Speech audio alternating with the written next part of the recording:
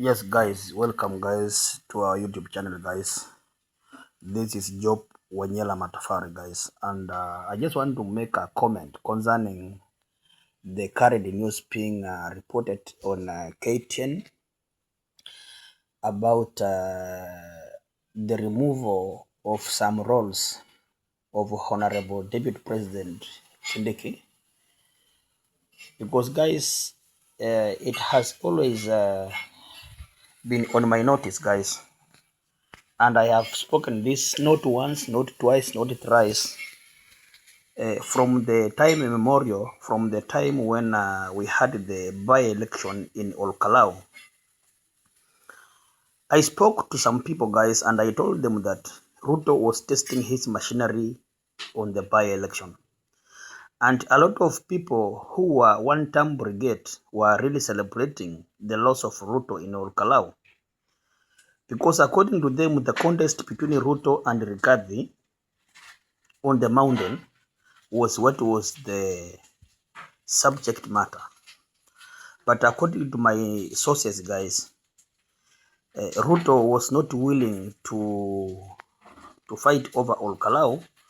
Instead, President Ruto used Olkalau to get the following three objectives. Objective number one,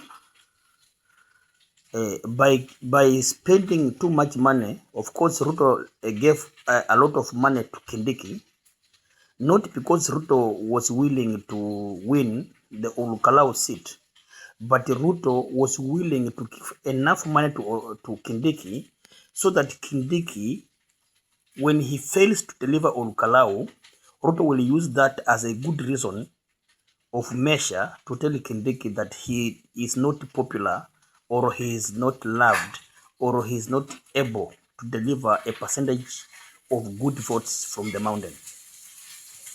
Therefore, guys, when Kindiki was given more than 10 billion and was only able to deliver 12% of the votes, equivalent to 5,000 votes out of the 50,000 casted votes, it brought us passion, because the NIS had informed Ruto that Kindiki was not able to control the mountain. And the votes, 1.5 to 2 million votes that Ruto requires to get from the mountain, Kindiki is not in a position to deliver those votes. Therefore, guys, by giving Kindiki more than 10 billion and Kindiki failing to deliver could be a good reason to substitute Kindiki, because he is not a good player. That is objective number one that Ruto was after in Olkalau by-election. He was not after winning the Olkalau seat. Two, Ruto wanted to, by putting too many police officers there and creating an issue of violence, Ruto wanted IEBC to be seen that despite IEBC being interfered or intimidated by plenty of police officers, and despite the Olkalau citizens being harassed by the police officers, they were able to vote, come in huge numbers, and cast their votes on time, and IEBC was able to conduct free, fair, and verifiable elections, which by midday, Senator Medhu, the spokesperson of Rigathi Gachagua, was able to have a press conference, a press with the media, and put or gave too much praises on the IPC by the manner in which they had conducted the by-election. And that indicated that IPC were up to the task, they were free, they were fair, weupe kama pamba. So that was the second objective. The first objective was to give Kindiki a lot of money so that Kindiki can stab himself with the sword. And the second objective was to to come up with a narrative that IEBC ni weupe kama pamba and they are very fair and up to the task, because there was a sequence of events right away from the by-election in Malava, by-election in Emurwa Digri, and the by-election in Mbere had painted IEBC that they were unfair and the results were not fair. Therefore, Ruto, being a master of politics, the chess player, kingmaker, he wanted to redeem the IEBC image so that every person, all those one-term brigade, if you ask them, they will tell you that IEBC ni weupe kama pamba, and they did a very good job. But to them, they don't know that it is Ruto who did all that. Number 3. The by-election in Olkalau also had another objective, and the objective was very simple: to stamp the authority of Rigathi Gachagua as the kingpin. Why and how is that important to Ruto? Well, most Kikuyus, they don't vote for something, they vote against something. They are emotional beings. They are the only society that put their brain aside and decide to do what the king master had told them. Therefore, by Ruto creating Rigathi to be a kingpin right away from impeachment, Rigathi crying a cry baby, looking for sympathy, using the sympathy of impeachment to create his name and stamp his authority as a kingpin, he has the authority to tell the Kikuyus where to vote. And as a result of that, Ruto wanted Rigathi to have all the power to dismantle Jubilee from the mountain, so that they remove the wheelbarrow, the wheelbarrow and the red wheelbarrow and all those small wheelbarrows, so that Rigathi becomes a real kingpin. What is the objective? The objective is very simple. Rigathi Gachagua is part of the system. All those people who served as DO1, DO2, DO3, all PC, all those people who served in the former Moi's government and also first early times of Uhuru Kenyatta, those provincial officers, those are the real administrators. You know, when we talk about government, guys, government is not you and me. Government is the chain of administration right away from the president, deputy president, governance coming down all the way. Not politicians. I'm talking about those people who are administrators. And DO, PC, DO, although despite that PC were removed, but the DOs are still there. So from DO we go to chiefs, and from chiefs we go to sub-chiefs, and from the sub-chiefs we go to those local heads, we call them Nyumba Kumi, Wakasas, or the clan elders.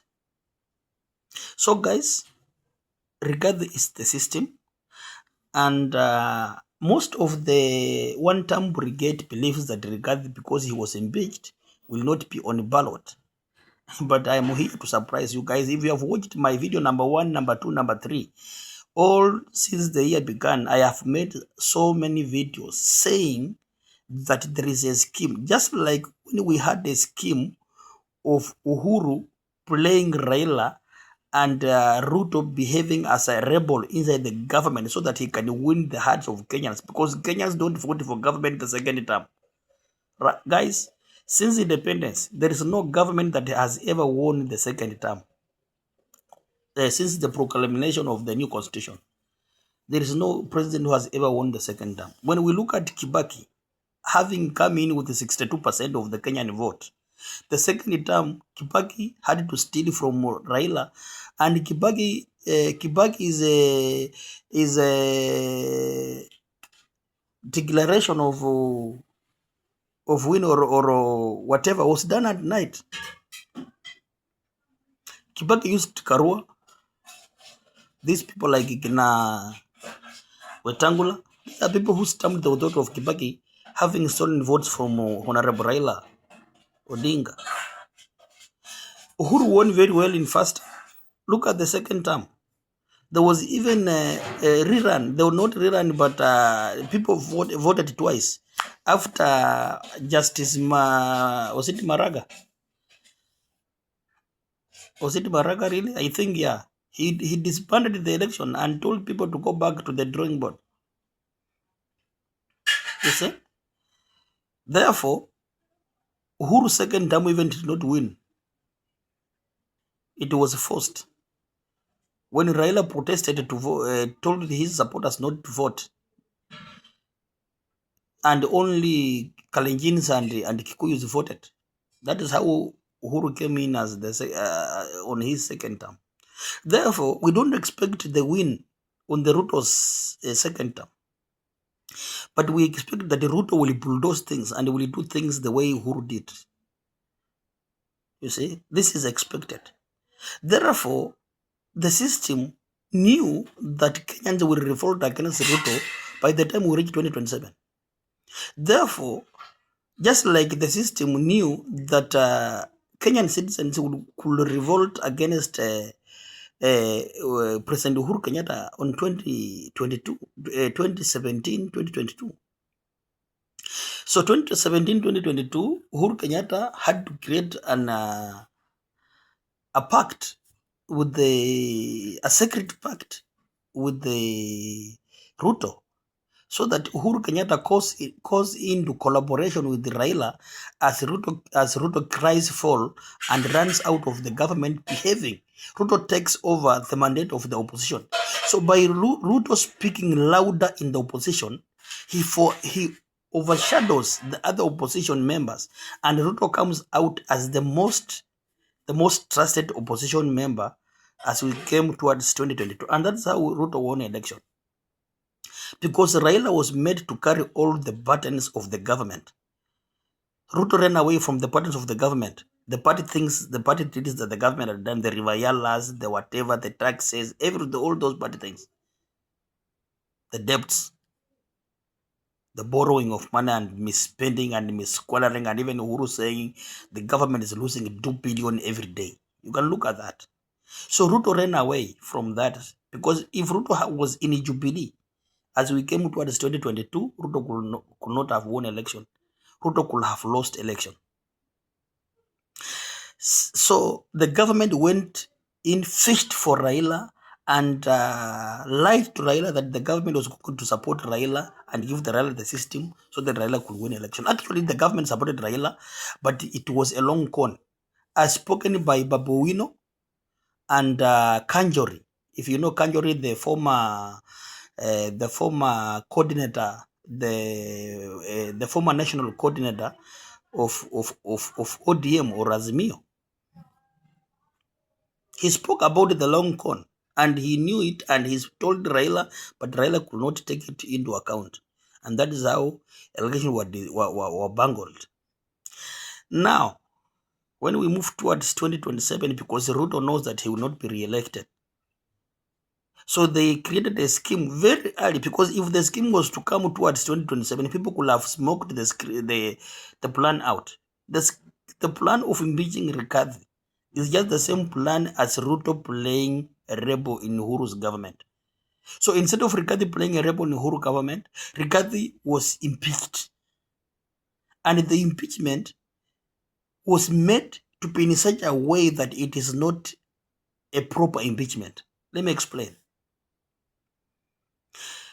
When you read the court's ruling on impeachment, the High Court ruling on impeachment, you realize that the first sentence, the magistrate said, the magistrate said that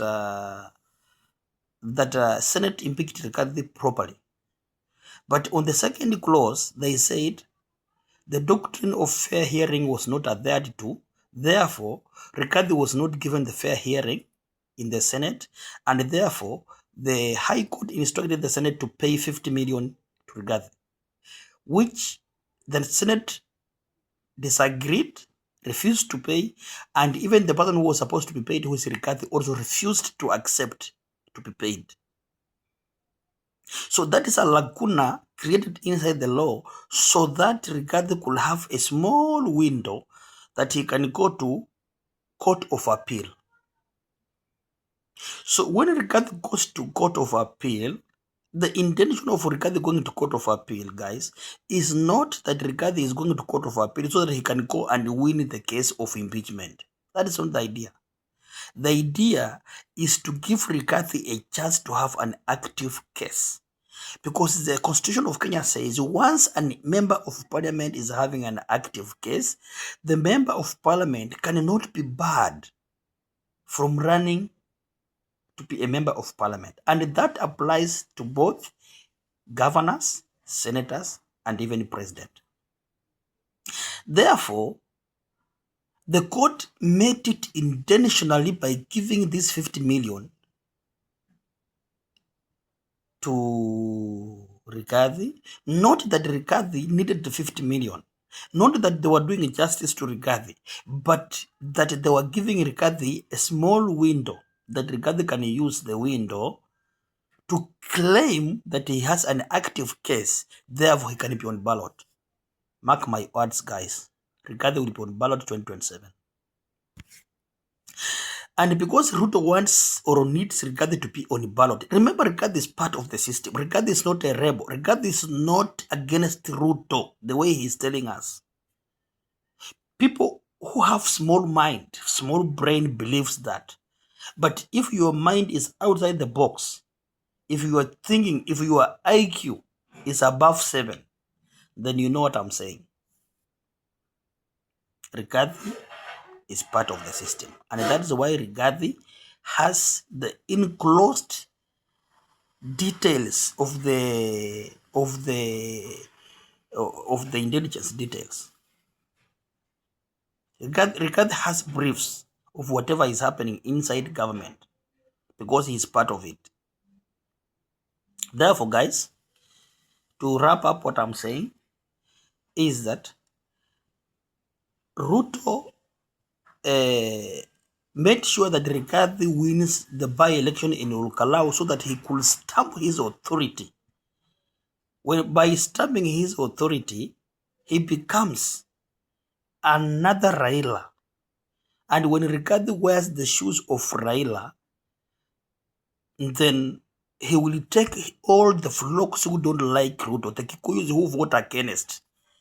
They will vote against Ruto, but their vote will be put in one box of Rigathi, because Rigathi will be on ballot. They will raise like 4 million. So by giving Rigathi 4 million or 5 million, and another Sifuna getting 4 million or 5 million, it gives Ruto a leeway to get 7 or 8 million, and he is done with 50 plus 1. Even he does not need 50 plus 1, he just needs 50 plus 0. The other one will be created. The system will generate the 1%. Not even the 1%, even it is not about 51%. It is 50 plus 1 vote. Therefore, Ruto is only likely to get 47% of the vote. These 3 votes, 3% vote would be generated, guys. And I'm telling you, and I will come back here and I will come back here to remind you when it is done. So Rigathi is part of the system. Rigathi is a shepherd who is taking his sheep astray. The sheep believe so much in Rigathi, while Rigathi is playing the long con with the government. Just like Uhuru Kenyatta. Uhuru Kenyatta is the guy funding Sifuna. Sifuna believing that he is up to the task to remove Ruto from the office. But the person calling the shots is not Sifuna. The person calling the shots is Uhuru Kenyatta. And that is why in each and every rally of Sifuna, we have seen this girl, Pauline Njoroge. Pauline Njoroge, even trying to blindfold people that she has moved from Jubilee to Linda Mwananchi. Who believes that Jubilee exists? Jubilee does not exist. Jubilee that got 150 votes out of 50,000 votes in Lokalau. Do you want to tell me Jubilee exists? Jubilee does not exist. What is happening is that Uhuru is going to rebrand Jubilee. The old fashion of Jubilee is going to be scrapped off, and they're going to create a new Jubilee in the name of Linda Mwananchi. So Linda Mwananchi is just Uhuru's political party. He's the one going to brand it, to register it, to furnish it, to give it money, give it resources, give it offices, give it the network, and give it structures. And then it's going to create a presidential candidate. My problem is, will Matiang'i deputize Sifuna? That is a big question mark. Because if Uhuru will give Sifuna a running mate from the mountain, then that one would complicate the equation of Ruto. But because Uhuru is part of Ruto, Uhuru is part of Ruto, Uhuru is part of plutocracy. Plutocracy is whereby people who give policies or people who direct politics are behind the cameras. You don't see them on the camera. People that we are seeing on the camera, Kina Sifuna, Kina Ruto, these are the oligarchs. These are the oligarchs. Therefore, because Uhuru does not want Ruto to be removed from the office, Uhuru will give a weak running mate to Sifuna. If Uhuru will have given Medhu to Sifuna as a running mate, or this Kangata or Barua, this Kangata man of Muranga, Governor Kangata, Irungu Kangata, as the running mate of Sifuna, Ruto will go home early in the morning. But because Uhuru is part of the system, Uhuru will not give Kangata or Barua to Ruto, to Sifuna. Or Uhuru will not give Medhu through Rigathi to Sifuna. No. They will give Sifuna a weak candidate, and that is Matiang'i. Why? Because when Sifuna produces 2.5 or 3 million votes from Western, Matiang'i will add 1 million from Kisii. And that would bring the votes to 4 million or 3.8. You see how politics is played? So this gives Ruto a leeway to pass through to win the election. Now, somebody else could ask, what about Kalonzo? Kalonzo was rating above 28% by end of March and early April. Uhuru Kenyatta took Kalonzo to Nigeria. And while in Nigeria with the Obasanjo, Uhuru Kenyatta convinced Kalonzo to come and just sit around, become lazy. Uhuru saying, I will fund you money to campaign, and I'm preparing a running mate for you, and the running mate will be Sifuna. Then they come and give that message, that information to the media, and then the media begin running the narrative that Sifuna is going to deputize Kalonzo. But that is a long con. By the time Kalonzo will realize that Sifuna is not deputizing him and Sifuna is going to be on ballot, it will be too late. And by the time Kalonzo will realize that even Uhuru is not willing to give his billions to Kalonzo to campaign, Kalonzo will be stigmatized, Kalonzo will be very annoyed, Kalonzo will be very stressed, and Kalonzo will decide to cross floor and join Ruto. That is the scheme. So the next deputy president for Ruto is Musalia Mudavadi. If Sifuna will be on the ballot, then Musalia Mudavadi will not be the deputy president for Ruto. Kalonzo Musyoka will deputize Ruto. And still, Ruto will win the election early in the morning.